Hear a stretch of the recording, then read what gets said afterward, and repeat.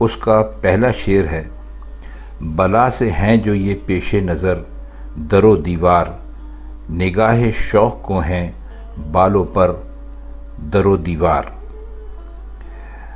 اب اس میں آپ کو جو مطالب ہیں اس میں کوئی خاص بہت زیادہ مشکل الفاظ ایسے نہیں ہیں۔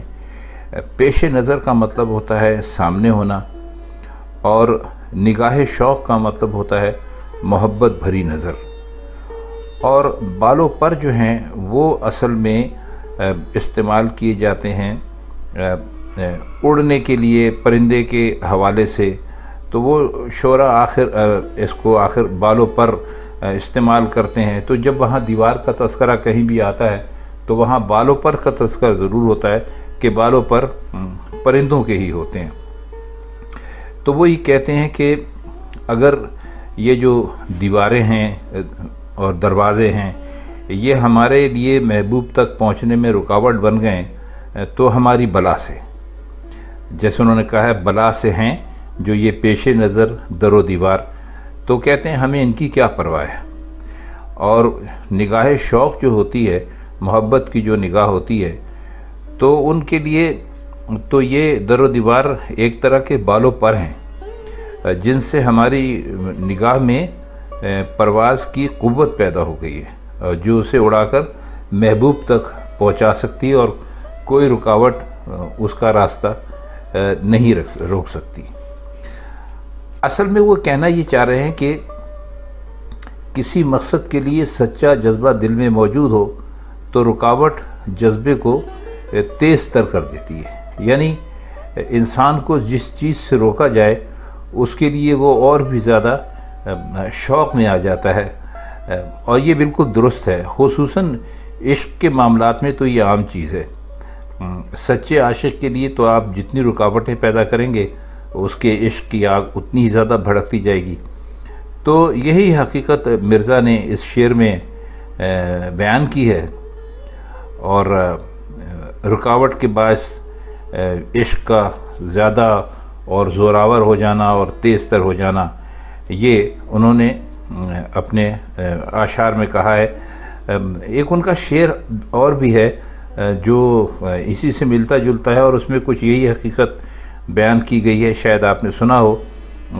شعر ہے کہ پاتے نہیں جب راہ تو چڑھ جاتے ہیں نالے، رکتی ہے میری طبع تو ہوتی ہے رواں اور۔ شاید اس غزل کی ہم تشریح کر چکے ہیں، اگر نہیں کی تو انشاءاللہ آنے والے دنوں میں کر دیں گے۔ دراصل ہم نے یہاں پر شروع سے غزلوں کی تشریح کرنا شروع کی ہے تو ذہن سے کبھی نکل بھی جاتا ہے کہ کون سی غزل ہو چکی ہے اور کون سی رہ گئی ہے۔ اب آئیے اس کے دوسرے شعر کی طرف۔ وفور اشک نے کاشانے کا کیا یہ رنگ، کہ ہو گئے میرے دیوار و در و دیوار۔ اب وفور کہتے ہیں کسی چیز کے زیادہ ہونے کو، زیادتی کو، اور رنگ جو ہے اس کا مطلب ہوتا ہے حالت یا کیفیت۔ تو وہ اس شعر میں کہہ رہے ہیں کہ آنسوؤں کی جھڑی لگ گئی اور ایسا ایک سیلاب اس سے بہا کہ میرے گھر کی ہر شے اوپر نیچے ہو گئی، تلپٹ ہو گئی۔ جہاں دروازہ تھا وہاں ملبے کا ڈھیر لگ جانے سے وہ ختم ہو گیا، جہاں دیوار تھی اس میں شگاف پڑ گئے اور اندر آنے جانے کے راستے پیدا ہو گئے، یعنی دروازے دیواریں بن گئے اور دیواروں نے دروازوں کی شکل اختیار کر لی۔ تو اب یہ دیکھیے کہ دو لفظوں کے الٹ پھیر سے کتنا خوبصورت اور کتنا اچھا مضمون انہوں نے پیش کیا ہے کہ ہو گئے میرے دیوار و در و دیوار۔ تو بہت عمدہ شعر ہے، امید ہے کہ آپ کی سمجھ میں یہ آ گیا ہوگا۔ اب اگلا شعر لیتے ہیں۔ نہیں ہے سایہ کہ سن لو نوید مقدم یار، گئے ہیں چند قدم پیشتر در و دیوار۔ اس میں نوید جو ہے وہ کہتے ہیں خوشخبری کو، اور مقدم جو ہے یہ آمد کو کہتے ہیں، کسی کے تشریف لانے کو، اس میں اور کوئی مشکل لفظ نہیں ہے۔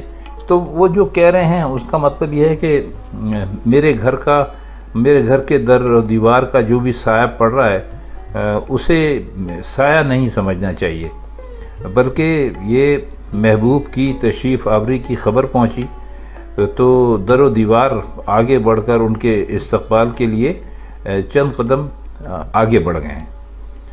تو معلوم ہے کہ خاص ہستیوں کے استقبال، آپ بھی جب کسی خاص ہستی کا استقبال کرتے ہیں تو ہمیشہ چند قدم آگے بڑھ کر کیا جاتا ہے، یہ ایک ہمارے یہاں عزت دینے کا طریقہ ہے۔ چنانچہ مرزا کے در و دیوار بھی سائے کی شکل میں آگے بڑھ گئے۔ تو وہ یہ کہہ رہے ہیں کہ یہ کچھ ایسا نہیں ہے کہ کسی اور وجہ سے آگے بڑھے ہیں، ہم نے اپنے محبوب کے آنے کی جب خبر سنی ہمارے در و دیوار نے تو وہ ایک دم ہی یعنی آگے بڑھ کر انہوں نے محبوب کے استقبال کے لیے اپنے آپ کو بہت زیادہ بڑھا دیا۔ اب اس کا ایک شعر ہے کہ نہ پوچھ بے خودی عیش مقدم سیلاب، کہ ناچتے ہیں پڑے سر بسر در و دیوار۔ اب ہم آپ کو ابھی مقدم کا مطلب بتا چکے ہیں کہ اس کا مطلب ہوتا ہے استقبال کرنا اور کسی کی تشریف آوری کے لیے آگے بڑھ کر اس کو ملنا۔ تو بس وہ یہ کہہ رہے ہیں کہ بس یہ سمجھ لیجئے کہ سیلاب آ رہا ہے اور اس کے آنے کی خوشی میں در و دیوار پر جو بے خودی سی طاری ہو گئی ہے اس کے بارے میں مجھ سے نہ پوچھیے، بس یہ سمجھ لیے کہ انہوں نے ناچنا شروع کر دیا ہے۔ اب در و دیوار کے سر بسر ناچنے سے ظاہر ہے کہ سیلاب نے بنیادیں تک ہلا دیں اور ایک چیز جو تھی وہ یعنی اس سے برباد ہو کر اس سے ہل کر زلزلے کی صورت اختیار کر کے گرنے لگی۔ تو یعنی سیلاب گھر میں جو کیفیت پیدا کر سکتا تھا وہ اس نے پیدا کر دی اور گھر جو ہے وہ گرنے کے قریب ہو گیا۔ تو وہ کہتے ہیں کہ یہ بے خودی جو ہے یہ ہمارے گھر کی یہ سیلاب کی صورت میں ایسی آئی ہے کہ وہ گھر کا در و دیوار جو ہے وہ ہلنے لگے، ناچنے لگے، مطلب وہ کسی بھی وقت گر جائیں گے۔ اچھا، اس کا آخری شعر ہے کہ نہ کہہ کسی سے کہ غالب نہیں زمانے میں، حریف راز محبت مگر در و دیوار۔ اس میں کوئی خاص بہت مشکل الفاظ تو ایسے ہیں نہیں کہ ہم جس کی معنی آپ کی خدمت میں پیش کریں۔ حریف راز محبت کا مطلب ہوتا ہے، حریف تو آپ جانتے ہیں کہ دشمن ہوتا ہے، راز محبت یعنی محبت کے راز کا۔ تو وہ اصل میں کہہ یہ رہے ہیں کہ اپنے آپ کو مخاطب کر کے کہ غالب تو اپنا راز محبت کسی سے بیان نہ کر، کیونکہ دنیا میں کوئی بھی اس راز کو چھپا کر رکھنے کے قابل نہیں ہے اور کسی پر بھروسہ نہیں کیا جا سکتا۔ ہاں، در و دیوار کو تو قابل اعتماد سمجھ سکتا ہے، لیکن ان سے بات چیت کا کوئی فائدہ یوں نہیں ہے کہ نہ وہ سنتے ہیں نہ وہ بیان کر سکتے ہیں۔ تو آپ نے فارسی کی وہ مثال سنی ہوگی کہ دیوار ہم گوشت دارد، تو اس کا یہ مطلب یہ نہیں ہے کہ واقعی دیوار کے کان ہوتے ہیں، بلکہ یہ راز چھپائے رکھنے کے میں ایک طرح کی ایک مبالغے کی صورت کہہ لیجئے تو وہ ہے۔ تو خواتین حضرات، یہ تھی مرزا کی آج کی غزل اور اس کے چند اشعار جن کے مشکل الفاظ کی معنی ہم نے بیان کرنے کی کوشش کی اور کچھ اس کی شرح بھی کرنے کی کوشش کی۔ تو اب اگلی غزل تک کے لیے ہم آپ سے اجازت چاہتے ہیں۔